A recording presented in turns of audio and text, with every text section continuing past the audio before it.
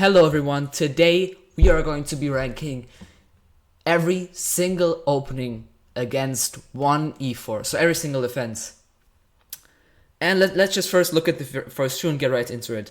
So first up we have the Borg defense. You might know the Borg is Grob spelled backwards, that's because it is a stupid opening and you basically just simply lose a pawn and have zero compensation. Because right here, White can just defend themselves. Like the only point the Grob isn't just a complete loss after two moves is because White has a tempo more. And that's why Black needs some time to defend themselves. But in this position, there's just nothing.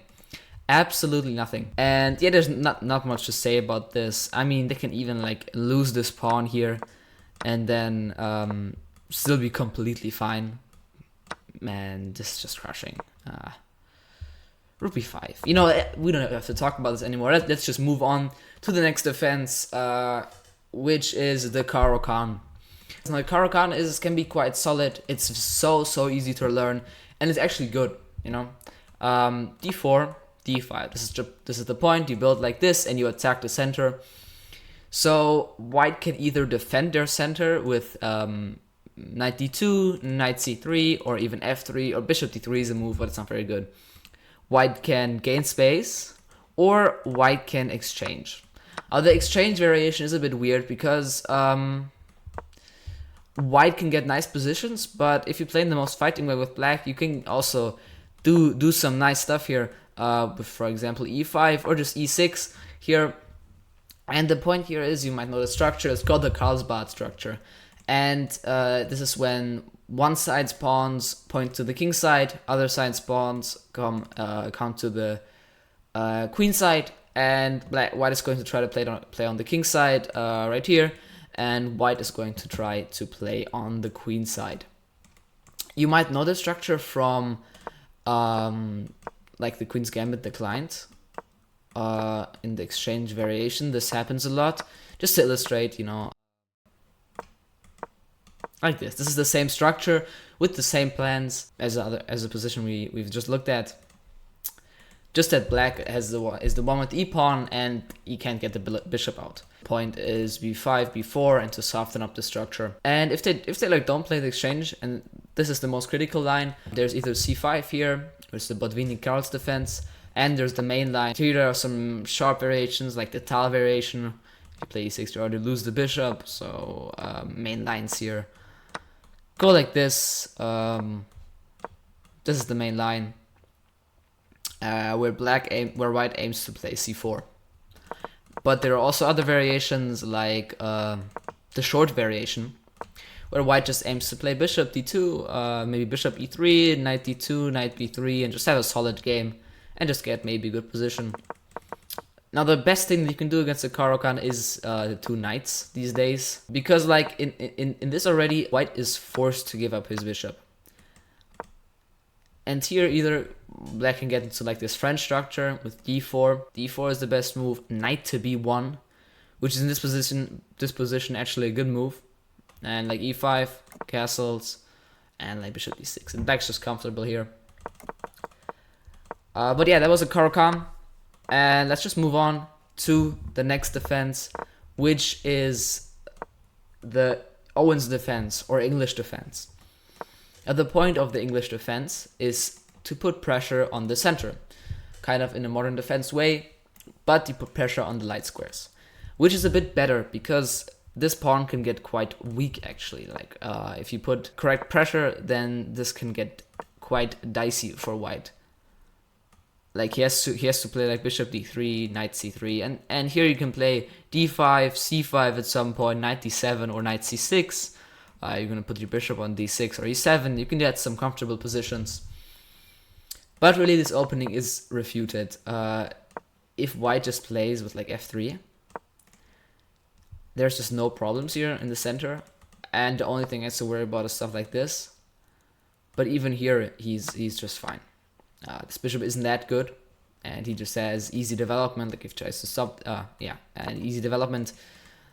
If they try something like this, then actually queen e2 here is the best move, and here White is just worse after playing some normal looking moves. So yeah, obviously the English defense is okay, but personally I don't like it as much as some other things on this list. So I would not recommend it. It's just a bit weird and kind of unsound. So moving on, next up we have the Barnes defense. Now the Barnes defense is absolute garbage. You don't even play e5, which is funny because like if you just do this queen h5 and you're dead, that's kind of the point why it's bad. You weaken your king for no reason. The only way I would play this if I wanted to troll my opponent, and you can like not even play d5. You can't even strike at the center. That's crazy how horrible this opening is. You can't even you take a slow center approach, but you can't even strike. So let's just move on and go to the next one, which is the French defense. Now the point of the French is to strike in the center with d4.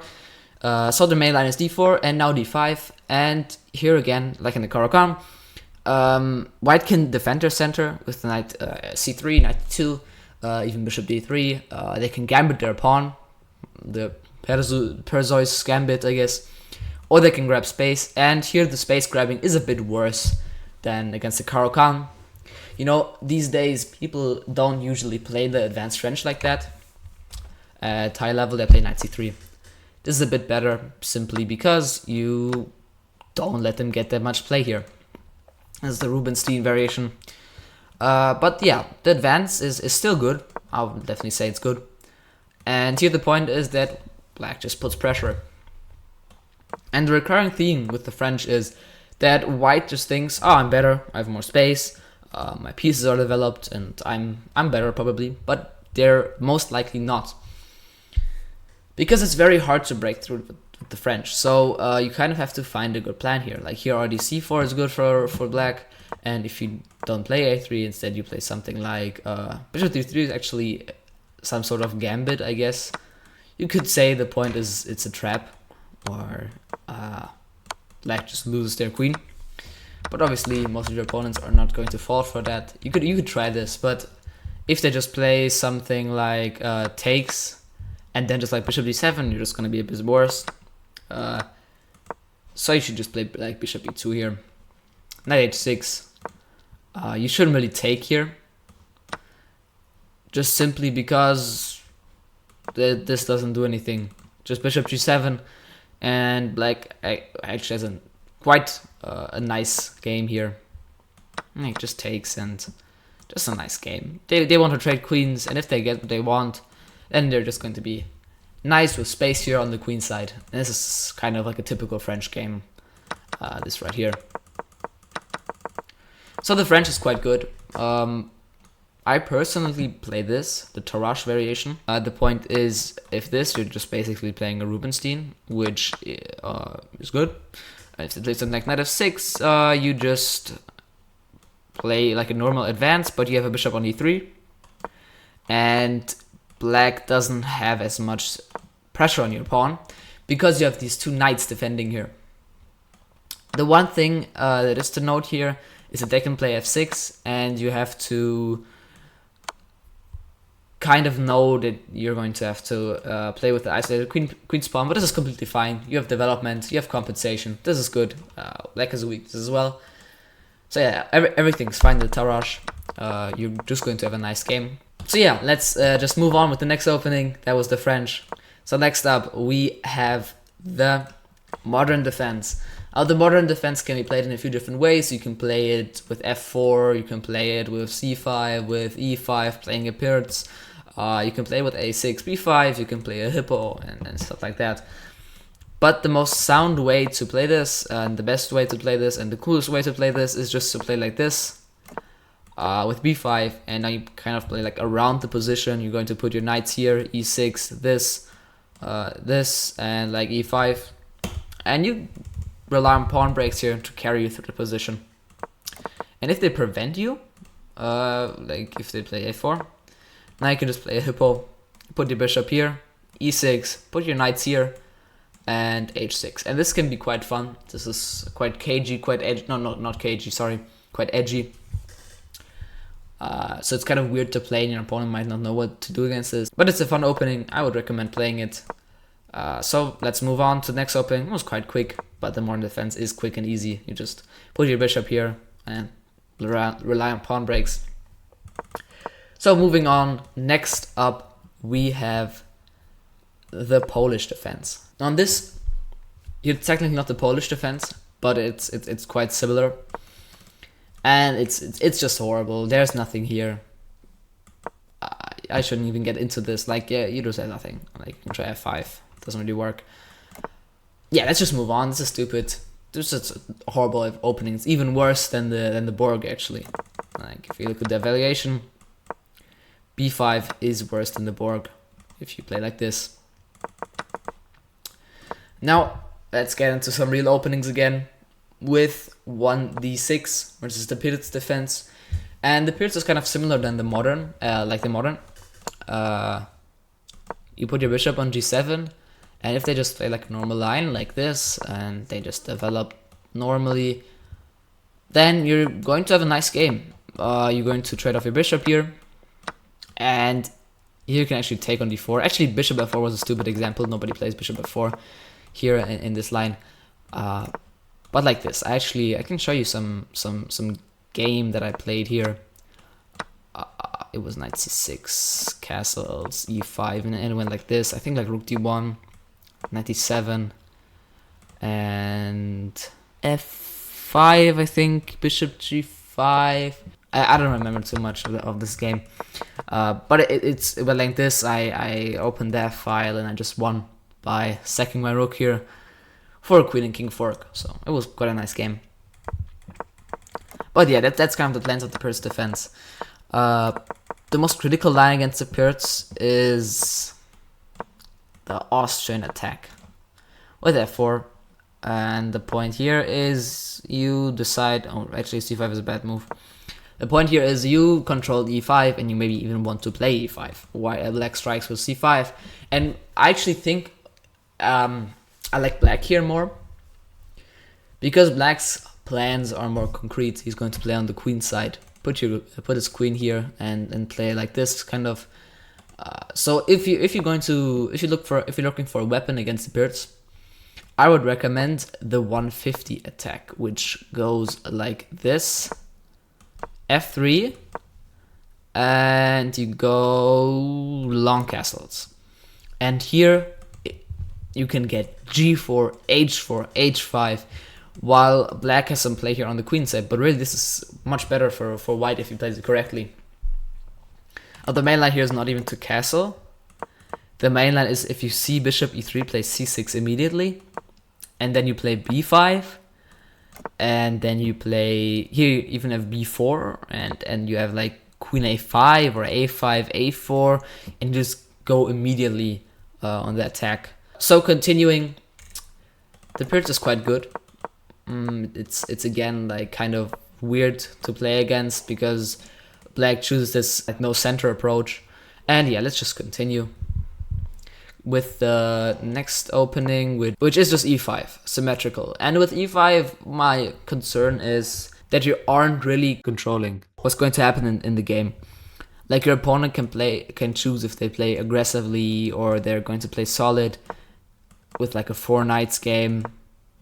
They can just choose to do that and just play solidly and play very unambiguously. They can play like a Danish gambit or something. They can play Vienna, and you kind of have to play into these lines here. You have to know a lot of theory. Like I used to play e5, and I just got sick of it because you have to know a line against the King's Gambit, against the Italian, the Scotch, the Ruy Lopez is so complicated.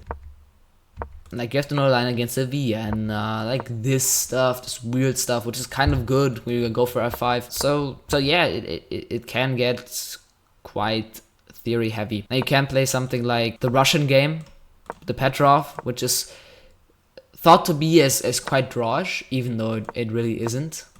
You can get some good positions here. Bishop d3, where this knight can be good, and you can play like c5 and maybe even c4. And your bishop is going to like e7 or d6 or something. So let's just move on. The e5 is kind of straightforward. You can't really dictate the pace or the style of the game. You just have to go with your opponent and just play some aggressive lines so you can win. But if you play solidly, there's really not that many winning chances. So continuing with another opening, the St. George's defense. Now we don't have to spend too much time on this. This is not that good. I don't even know. You control your opponents with this, but you don't even get that much play. Like it's fine. You're a bit worse, says the engine. But you know, White has to convert the advantage. Like it's not that simple. So go for it. If you want to troll your opponent by playing 1a6 and then going for b5, bishop b7, you can even like kind of translate into a modern, transition into a modern, like this, and you can like go get some. Actually, this is a horrible move. You can get some flank play like this. So continuing, next up we have the Alechin's defense. With the point of the Alechin's defense is you provoke your opponent into making a bunch of forward moves, and you just kind of chip away at it. And here you can like develop your pieces in like this kind of loose way, but you play like e6, g6, bishop g7, knight d7 or knight c6. Perhaps you can play c5, and if your opponent gets too greedy, this is actually a move you can play. This is called the Tate variation. If your opponent gets too greedy, then you can kind of punish them if you play correctly, because now you've chipped at the center, and you can go like bishop g4, and you can make some threats by opening up the position.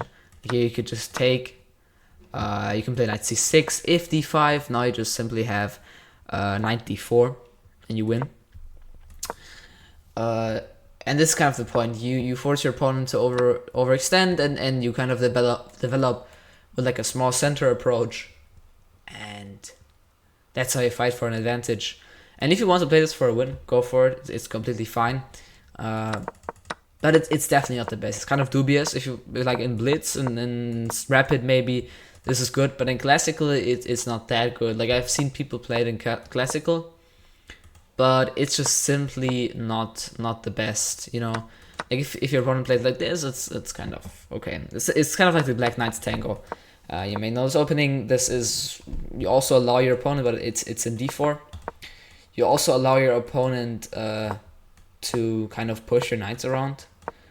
But if they overextend, then that's not good for them, and they're just going to have a worse position. So yeah, that was the Alechin's defense. Let's move on to the Nimzowitsch defense. The next opening where you put your knights out. Now the point of this is if d4, they take those center, now d5, and you play like a worse Caro-Kann. This is just weird, and I don't know why you would play this. Because it's just simply a bit worse because you don't have your c-pawn available. Like you break at the center with f6, but you just don't have a good position.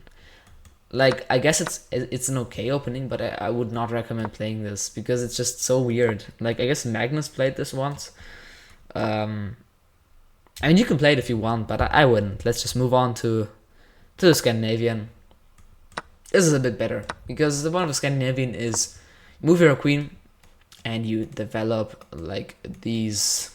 You tuck the queen back on c7. If they ever try and play like bishop d2 to scare away your queen, you're always there with c6. You can actually play c6 right here, but now a3, b4.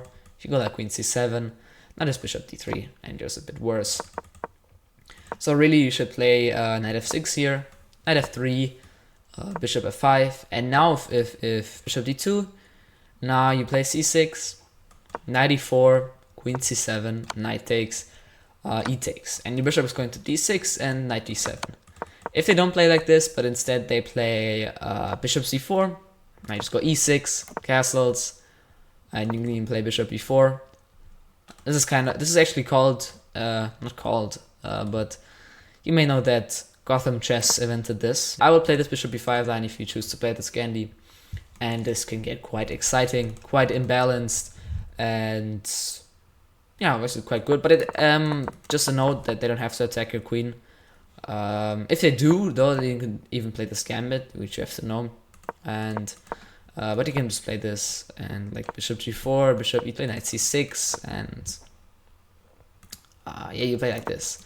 And these positions can get quite exciting because you have your knight, you have your rook here. You can play like e5 and stuff, and this is really nice to play. So Scandi, beginner friendly, would definitely recommend. Next up, we have the Sicilian.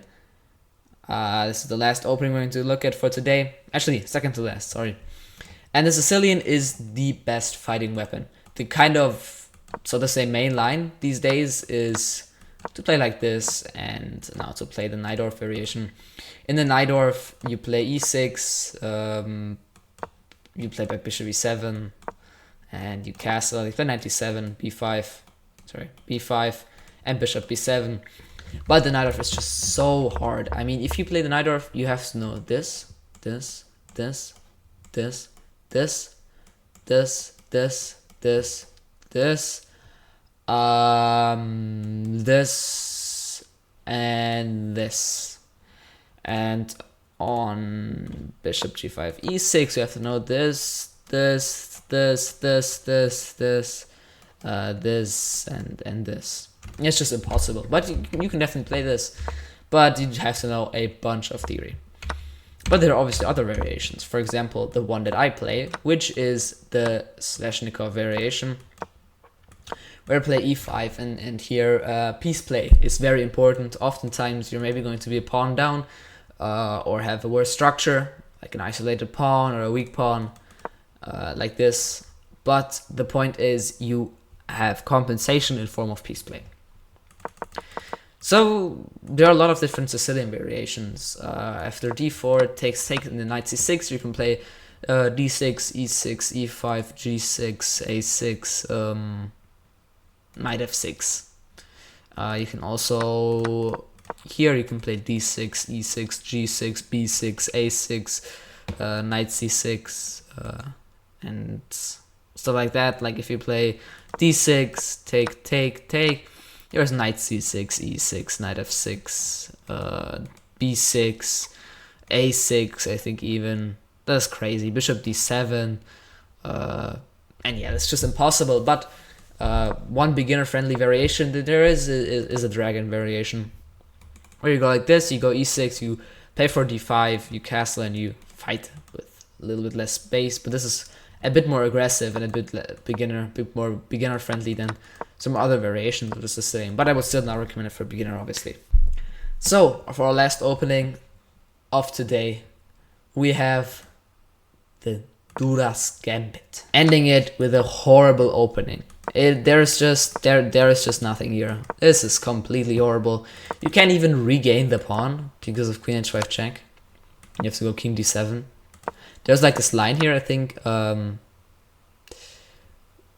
you play like bishop g7 and then like king f8. And I don't know, this is just terrible. So yeah, I would never play this in my... I mean, if you want to troll someone who's worse than you, like your friend or something, do it, but don't get mad at me if you lose. So that was it for looking at the openings. Now we're going to go into the rankings. So let's move on to the tier list, starting with the Caro-Kann, which belongs in great. The Caro-Kann is such a good opening. I mean, I played it myself for many months. It's so good. You can get great positions, maybe attacking positions, positional positions. But yeah, it's super beginner friendly and it's awesome. Now the Nimzowitsch defense, I would either put in good or playable. I think playable is at best because it is not really good. It's just a diet Caro-Kann. Like you can do better than by settling for the Nimzowitsch defense. Yeah, so that brings us to the Pirc. I wouldn't put the Pirc in great because the 150 attack, I wouldn't say refutes it, but it's definitely it definitely challenges the Pirc a lot. So good is where it belongs. I mean, it's easy to learn, the plans are easy to understand, and yeah, it's a good opening. Next up, we have the Scandinavian defense, which I would also put into good, because here again, the plans are so easy. It's really beginner friendly. You can easily learn the theory, and you can just get great positions and imbalanced positions, and it's great for blitz and rapid and bullet. Now the English defense, I'm thinking bad or playable. I think it still belongs in playable, because you can get some nice results and some nice games with this, where you put pressure on the center with your pawns and your bishop. So yeah, it can be okay. So Polish defense into horrible. Polish defense against d4 is okay. You can definitely play this. If this were d4 ranking, I'll put it in good, but or playable. But since e4 it's just horrible. You lose a pawn, you get no compensation. What are you even doing? Yeah, I mean, there's nothing much to say here. So the Barnes defense, I would say it's also horrible. It's better than the Polish defense, but it's still horrible. I mean, you play this kind of preparatory move to strike in the center with f6, but then you never strike in the center, because if you would just lose your pawn to a queen check, and you have just no chances. Now, continuing with e5, I would put this in grades, maybe even above the Caro-Kann. I mean, for me personally, I would put this under Scandinavian, but I know I can't do that, because it is good to play e5. You can get good results with this. I just personally don't like it that much, and I wouldn't recommend it to beginners. They should play something exciting, like the Caro-Kann or the Scandinavian, the Pirc, or like the Modern or something. Now Aliakhins, either good or playable. I would put it in playable, but above the English, because it is very provocative. It can get to some nice positions where it's very imbalanced and very like edgy, and I kind of like that, like these edgy openings. I personally like that, and just staying objective here, it is a good opening. It's definitely playable. Borg defense, easy, horrible. Because the Borg, you just lose a pawn. You have no compensation whatsoever. So, I mean, what are you doing? Next up, we have the Sicilian, an easy goated. It is used in up to Grandmaster level to win great games. You can get attacking positions, solid positions, and anything you desire. Basically, there's an opening for everything. Do you want to center? Play the Kalashnikov, play the Sveshnikov. Do you like small center positions? Play the Najdorf or play the Dragon or something. And there's just something for everyone there, and you can just fight for a win pretty nicely. Modern defense, I would also put it into playable, because even though you can get nice positions, it's just not that good at the end of the day. If black challenges you correctly, then you just don't have that many chances. Like, I have won games in Classical with this. Like, you can definitely win games with this, but it's just not that good. Actually, no, let me put it up in good, like a low good tier. I like the Modern. The Modern is quite edgy, and it's nice. So St. George's defense probably belongs in bad. It's not quite playable. It's also not horrible. It's just like, you play like a6, b5. You don't have much pressure on the center, so it belongs in bad. Duras Gambit, easy, horrible. This is the worst one of them all. You have no king safety. You're down a pawn. You have nothing. Just why would you play this except to troll? And now French defense. I think this belongs in great. It is a great opening, just simply because you have great winning chances. You have, even though you have less space, you strike at the center, and you just get nice positions. I mean, I'm kind of like repeating myself, but you do get nice positions. You can play for a win. It's super easy to learn. It's kind of like a Caro-Kann, but like maybe even a bit better. But I would still put the Caro-Kann above the French, because this is also factoring in how easy it is to learn. So this is the final tier list. I would personally recommend the Sicilian and the Caro-Kann, or the Scandinavian. If you are anywhere from 1200 to 2000, if you're over 2000, then play Sicilian, e5, French defense. Yeah, I mean that's it, and I'll see you in the next video. Goodbye.